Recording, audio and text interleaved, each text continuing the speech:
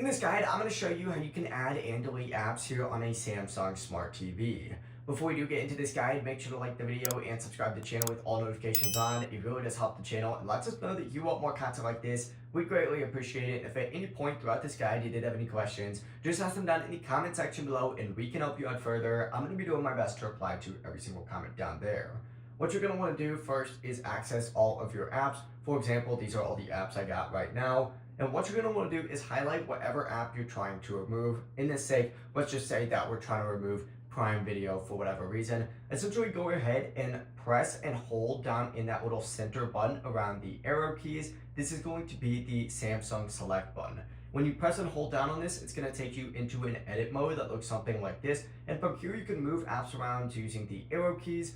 Whenever you're happy with the position, simply go ahead and hit select to confirm, but if you want to delete it, simply go ahead and hit remove. Now, if you want to add or install a new app, go ahead and press the home button on your remote again to return to this page, and then just scroll over to the apps section right here, and you'll see, what's popular right now, like these recommended apps. Or what you can do is go over to this little search tab right here, or just long select on apps and search directly for whatever app you want. Download it, and it's going to download to your TV, and that is it. It really is as simple as that. If you guys did have any questions, just ask them down in the comment section below, and we can help you out further. I'm going to be doing my best to reply to every single comment down there. Before you do leave this guide, though, make sure to like the video and subscribe to the channel with all notifications on. It really does help us out and lets us know that you want more content like this. We greatly appreciate it. Have a great rest of your day, though. Peace.